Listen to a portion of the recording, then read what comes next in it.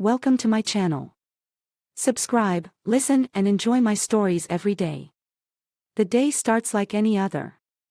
I wake up to the sound of birds chirping outside our bedroom window, a symphony of life that feels particularly mocking today. I turn over, expecting to see Julia still asleep beside me, but her side of the bed is cold. The realization hits me with a pang of discomfort, though I quickly dismiss it.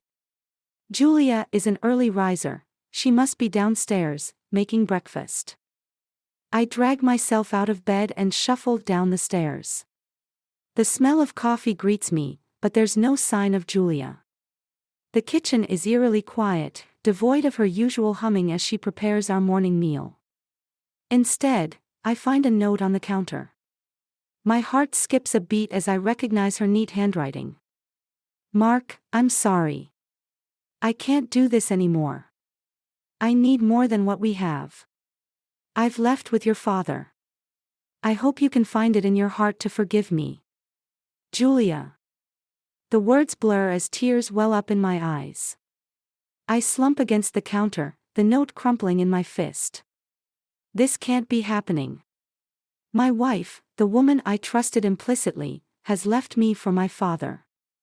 The betrayal cuts deep, a knife twisting in my gut. The house feels empty, a shell of the home it once was. Memories of happier times flood my mind, but they only add to the bitterness of the present. I try to reach Julia's phone, but it goes straight to voicemail. The same happens with my father's number. Desperation turns into anger as I hurl my phone across the room, watching it shatter against the wall. Hours pass in a blur of confusion and rage. I force myself to go through the motions, shower, dress, eat, anything to keep from drowning in my thoughts. But nothing can distract me from the gnawing pain of betrayal. It isn't until later that day that I get a call from my lawyer, Stephen. His voice is calm, professional, but I can hear the underlying tension. "Mark, I've got some bad news," he says. "Julia has filed for divorce and is claiming half of your property. She's already taken steps to transfer assets. We need to act quickly." I feel the world crumble around me. Half. She can't do that. She left me for my father. I'm afraid she can, and she has. We need to get in touch with her and negotiate. But Julia is nowhere to be found. It's as if she vanished into thin air, leaving behind a trail of destruction. The next few days are a whirlwind of legal battles and sleepless nights. I barely function, haunted by the image of Julia and my father together. Weeks turn into months, and the divorce is finalized. Julia gets half of everything, as the law dictates. My father, who has always been my role model, refuses to speak to me. He looks ashamed, guilty, but there's something else in his eyes: fear. Then, one day, I receive a call that changes everything. It's Stephen again, but this time his tone is different. "Mark, I think you should sit down for this," he begins. "Your father contacted me. It turns out Julia has left him too. She's taken important documents from his company and disappeared. We believe she's fled the country." Shock and a sick sense of satisfaction flood through me. Julia's betrayal has extended beyond me, beyond our marriage. My father is her latest victim, and now he's facing the consequences of his actions. "Do you know where she went?" I ask, my voice trembling with a mix of anger and anticipation. "We're not sure yet, but we're working on it. Mark, there's something you should know. It appears that Julia has a history of this kind of behavior. She's been involved in several similar incidents in the past, always leaving a trail of destruction behind her." The pieces start to fall into place. Julia's charm, her seemingly genuine affection, her sudden interest in my father's business, all of it was a calculated act. She played us both, and now she's gone, leaving chaos in her wake. The anger that has been simmering inside me boils over. I vow to find Julia, to make her pay for what she's done. This isn't just about the money or the property. It's about the betrayal, the lies, and the lives she's ruined. I spend every waking moment tracking her down, using every resource at my disposal. Friends, private investigators, even old contacts from college, everyone is on high alert. The hunt for Julia becomes an obsession, a singular focus that drives me forward. Late one night, as I'm poring over documents and maps, my phone rings. It's Stephen, and from the urgency in his voice, I know he's found something. "Mark, we've got a lead. Julia was spotted in Buenos Aires. It looks like she's planning to set up shop there." A cold, determined smile spreads across my face. "I'm going to find her, Stephen. And when I do, she's going to regret ever crossing me." The chase is on. Julia may think she's safe, hidden away in a foreign country, but she's underestimated me. This is just the beginning. I will have my revenge, and when I do, Julia's life will be shattered just like mine was. The flight to Buenos Aires is long, but I spend it strategizing, planning my next move. As the plane touches down, a sense of resolve washes over me. I may have lost everything, but I won't rest until Julia pays for her treachery. This isn't over. Not by a long shot. The bustling streets of Buenos Aires are a far cry from the quiet suburb I once called home. The city pulses with energy, a vibrant mix of cultures and colors that threaten to overwhelm my senses. But I can't afford to be distracted. Julia is here, somewhere, and I'm determined to find her. I start my search in the city's financial district, hoping to track down any leads on Julia's whereabouts. I meet with a private investigator, Javier, a grizzled man with sharp eyes and a reputation for finding people who don't want to be found. "Your wife is a clever one," Javier says, leaning back in his chair. "But everyone leaves a trail. Especially someone as greedy as she seems to be." We spend hours combing through records, following paper trails, and interviewing people who might have seen Julia. It's slow, painstaking work, but I can't give up. Not now. One evening, Javier calls me to his office with a lead. "Mark, I think we might have something." A woman matching Julia's description was seen at a high-end bar in Recoleta. She's been there several times in the past week, always meeting different men. My heart pounds in my chest. Recoleta. That's one of the wealthiest neighborhoods here. Javier nods. She's up to something. I suggest we go there tonight, see if we can catch her. The bar is a sleek, upscale establishment, filled with the city's elite. I feel out of place in my worn clothes, but Javier fits right in, his casual elegance belying his gritty profession. We take a seat at the bar, keeping an eye on the entrance. Hours pass, and I begin to lose hope. Just as I'm about to suggest we leave, Javier nudges me. "There. Near the entrance." I follow his gaze and see her. Julia, looking stunning in a red dress, her laughter ringing out as she talks to a man I don't recognize. My blood boils, but Javier grabs my arm. "Stay calm. We can't afford to scare her off." We watch as Julia and the man move to a private booth. My patience is wearing thin, but I know Javier is right. We need to be strategic. After a few minutes, Javier signals to a waitress, slipping her some money. She nods and heads toward Julia's table. A few moments later, the waitress returns, beckoning us to follow her. She leads us to a private room in the back of the bar. Julia and her companion are engrossed in conversation, oblivious to our approach. Javier steps forward, his voice calm but authoritative. "Julia, we need to talk." Julia's eyes widen in shock, but she quickly recovers, a mask of calm slipping over her features. "Mark, what a surprise. I didn't expect to see you here." The man beside her looks confused, glancing between us. "Julia, who are these people?" "Just an old friend," she says smoothly, standing up. Excuse us for a moment, darling. She walks toward us, her eyes cold and calculating. What do you want, Mark? I want answers, I say, struggling to keep my voice steady. Why did you do it? Why my father? Julia laughs, a bitter sound. You were so easy, Mark. Both of you. All you ever cared about was your precious property. Your father's business was just the icing on the cake. My fists clench at my sides. You think you can just walk away from this? Steal everything and disappear? I already have, she sneers. You can't touch me. But I see a flicker of uncertainty in her eyes. Javier steps forward, his presence imposing. We know about the documents, Julia. We know you're planning something big.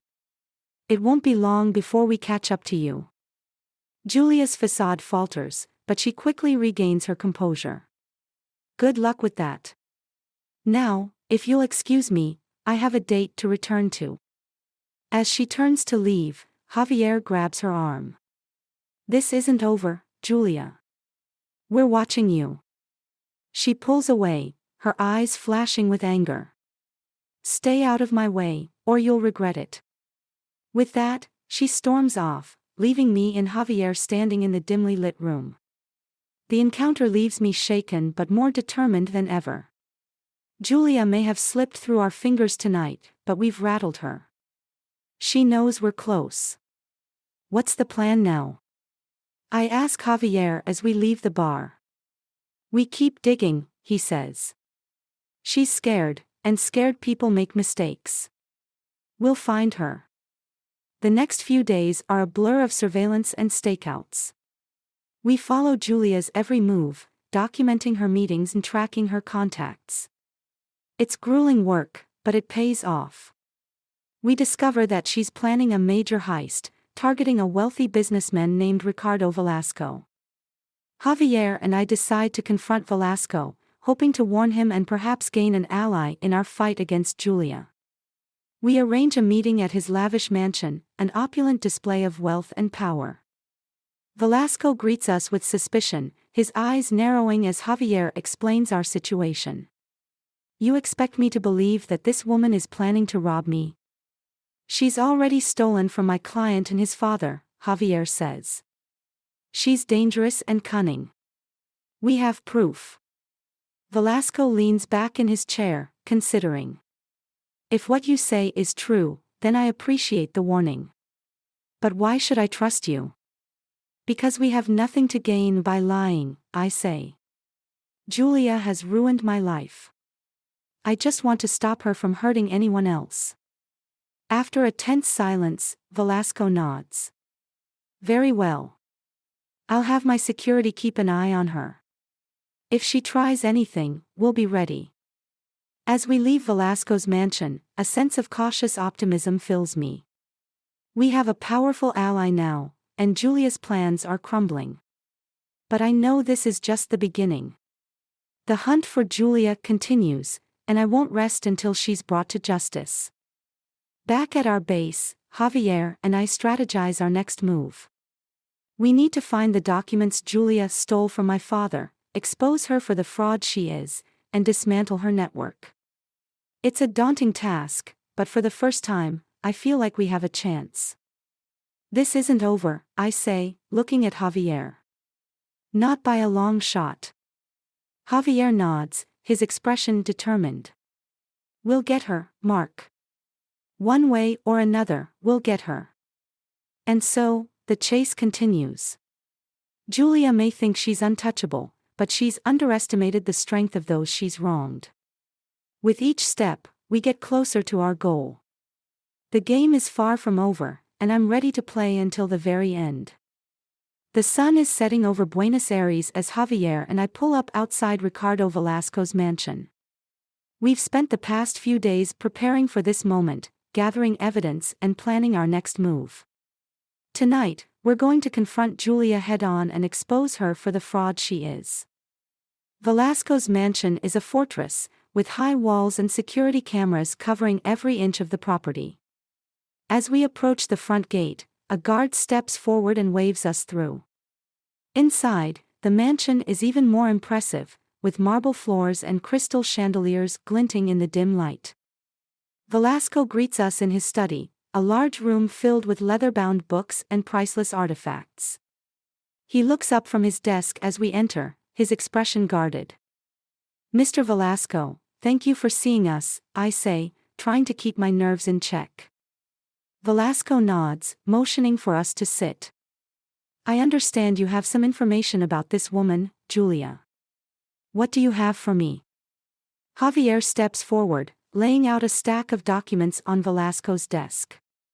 "These are financial records, emails, and other evidence we've collected. Julia has been involved in several scams over the years, targeting wealthy men and stealing their assets.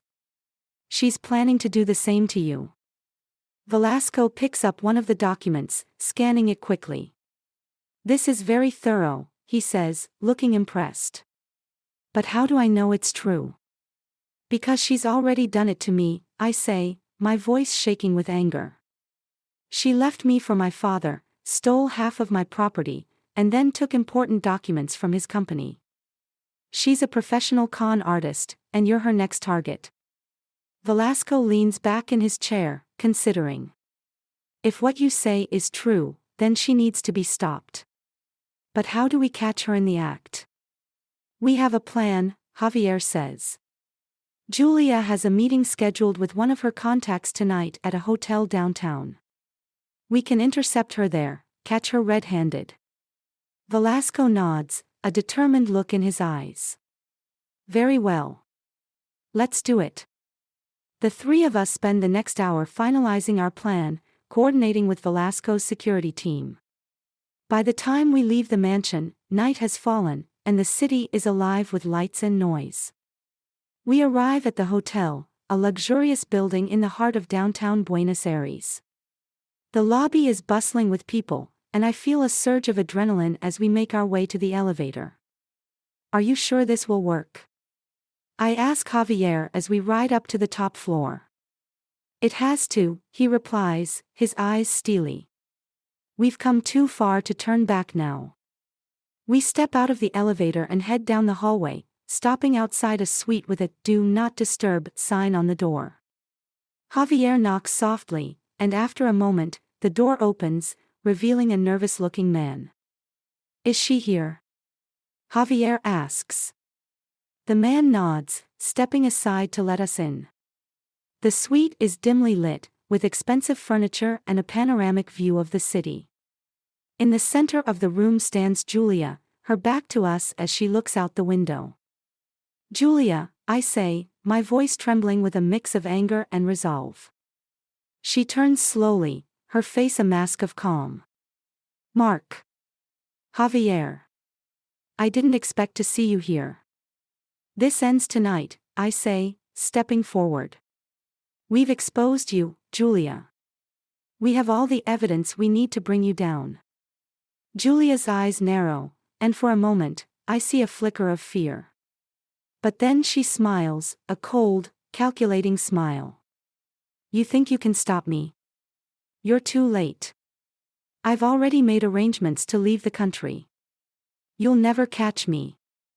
"We'll see about that," Velasco says, stepping into the room with his security team. "You're not going anywhere." Julia's smile falters, and she takes a step back. "This isn't over," she hisses. "You have no idea who you're dealing with." But Velasco's men move quickly, surrounding her and blocking any chance of escape. Julia's facade crumbles, and she lashes out, trying to fight her way free. But it's no use. Within minutes, she's handcuffed and subdued. As the security team leads Julia away, I feel a strange mix of relief and sadness. This woman, who I once loved and trusted, has brought so much pain and destruction into my life. But now, finally, it's over. Or so I think. As we leave the hotel, Javier pulls me aside. "There's something you need to know," he says, his voice low. "We found more than just financial records. Julia has been working with a larger network, a group of criminals who specialize in high-level scams and fraud. She's just one part of a much bigger operation. The news hits me like a punch to the gut. So, this isn't over. No, Javier says. Not by a long shot. But we've taken a big step tonight. With Julia in custody, we can start unraveling the rest of the network. I nod, feeling a renewed sense of purpose. Let's do it. Let's bring them all down. The next few days are a whirlwind of activity. Velasco uses his connections to arrange a meeting with the local authorities, and we present our evidence. Julia is formally charged with multiple counts of fraud, theft, and conspiracy. Her network begins to crumble as more members are identified and arrested. But the fight is far from over. Javier and I continue to dig deeper, following leads and uncovering new information. We learn that Julia's network spans multiple countries, with operatives in Europe, Asia, and North America. It's a massive, complex web, but we're determined to untangle it. One night, as I'm poring over documents in my hotel room, my phone rings. It's Javier. "Mark, we've got a lead," he says, excitement in his voice. "One of Julia's contacts is willing to talk. He's agreed to meet us tomorrow." The meeting takes place in a dingy cafe on the outskirts of the city. The contact, a man named Luis, is nervous and jittery, constantly glancing over his shoulder. "I don't want any trouble," he says, his voice shaking. "But I can't keep doing this. Julia and her people, they're dangerous. They'll kill me if they find out I'm talking to you." "We can protect you," Javier assures him. "But we need your help. Tell us everything you know." Luis takes a deep breath and begins to talk. He tells us about the network's operations, the key players, and their plans. It's a treasure trove of information, and as we listen, I feel a sense of hope. We're getting closer to the truth, closer to bringing down the entire operation. But with each step forward, the danger grows. Julia's network is vast and powerful, and they won't go down without a fight. As we leave the cafe, I can't shake the feeling that we're being watched. The next few days are tense, with constant surveillance and security measures. But despite the risks, we press on, determined to see this through to the end. One evening, as Javier and I review our findings, we receive a call from Velasco. "I've arranged a meeting with a government official," he says. "We have enough evidence to take this to the highest levels. But we need to move quickly. Julia's people are getting desperate." The meeting takes place in a secure location, with armed guards and tight security. The official, a stern-looking woman named Isabel, listens intently as we present our case. She asks probing questions, her expression revealing nothing. Finally, she nods. "This is serious. We'll launch a full-scale investigation. But you need to be careful. These people are dangerous, and they won't hesitate to retaliate." As we leave the meeting, I feel a sense of both triumph and apprehension. We've taken another big step, but the fight is far from over. Julia may be in custody, but her network is still out there, and they're not going to go down without a fight. The next few weeks are a blur of activity, with raids, arrests, and constant surveillance. The authorities work tirelessly to dismantle the network, and slowly but surely, we make progress. But the closer we get to the truth, the more dangerous it becomes. One night, as I return to my hotel room, I find a threatening note slipped under my door. "Stay out of this, or you'll regret it."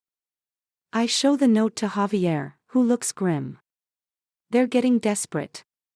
We need to be more careful." Despite the threats, we press on, determined to see this through to the end. And finally, after months of relentless work, we achieve a major breakthrough. The authorities launch a coordinated raid, arresting dozens of key players and seizing millions in stolen assets. Julia's network is shattered, and the remaining members are on the run. As the dust settles, I feel a sense of closure. The woman who betrayed me has been brought to justice, and her criminal empire has been dismantled. But the fight isn't over. There are still loose ends to tie up, still people who need to be held accountable. And as long as there are wrongs to be righted, I'll keep fighting. The road ahead is long and uncertain, but I know one thing for sure: I won't rest until justice is served. Julia may have thought she could destroy my life, but she underestimated my resolve. This is just the beginning, and I'm ready for whatever comes next. The sun is setting over Buenos Aires as Javier and I prepare for our final confrontation. It's been a long, grueling journey, but the end is in sight. We have one last lead to follow, one last chance to bring Julia's entire network to justice. Javier and I arrive at an abandoned warehouse on the outskirts of the city, our final battleground. The air is thick with tension as we approach the entrance, our footsteps echoing in the empty space. We know that Julia's remaining allies are here, preparing to make a last-ditch effort to salvage their operation. As we step inside, the sound of footsteps and hushed voices fills the air. We move quietly, sticking to the shadows, until we reach a large, open room. There, surrounded by a group of armed men, stands Julia. Her eyes widen in shock as she sees us, but she quickly regains her composure. "Mark," she says, her voice dripping with contempt. "I didn't expect you to have the guts to come here." "This ends tonight, Julia," I reply, my voice steady. "You're going to pay for everything you've done." Julia laughs, a cold, hollow sound. "You still don't get it, do you? This isn't about money or power. It's about survival. In this world, you do whatever it takes to stay on top. At the expense of everyone around you." I shoot back. "You're nothing but a parasite, feeding off the lives of others." Before Julia can respond, one of her men steps forward, a gun in his hand. "Boss, we need to leave. Now." Julia hesitates, then nods. "Fine. But this isn't over, Mark. Not by a long shot." As the men start to move, Javier steps forward, his gun raised. "Not so fast. You're not going anywhere." A tense standoff ensues, the room filled with the sound of drawn weapons and heavy breathing. I glance at Javier, his eyes locked on Julia, and know that we have to act quickly. "Drop your weapons," I say, my voice firm. "This is your last chance." Julia's men exchange nervous glances, but before they can respond, a deafening roar fills the room.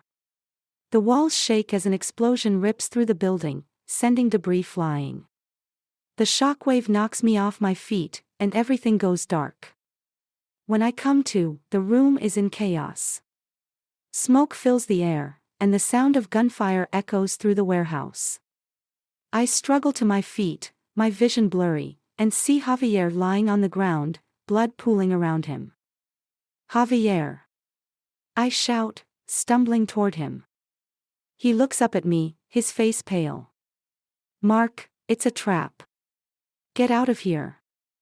I shake my head, trying to clear the fog. "No, we have to finish this." But before I can move, a hand grabs my arm and pulls me away. I turn to see Velasco, his face grim. "We need to go.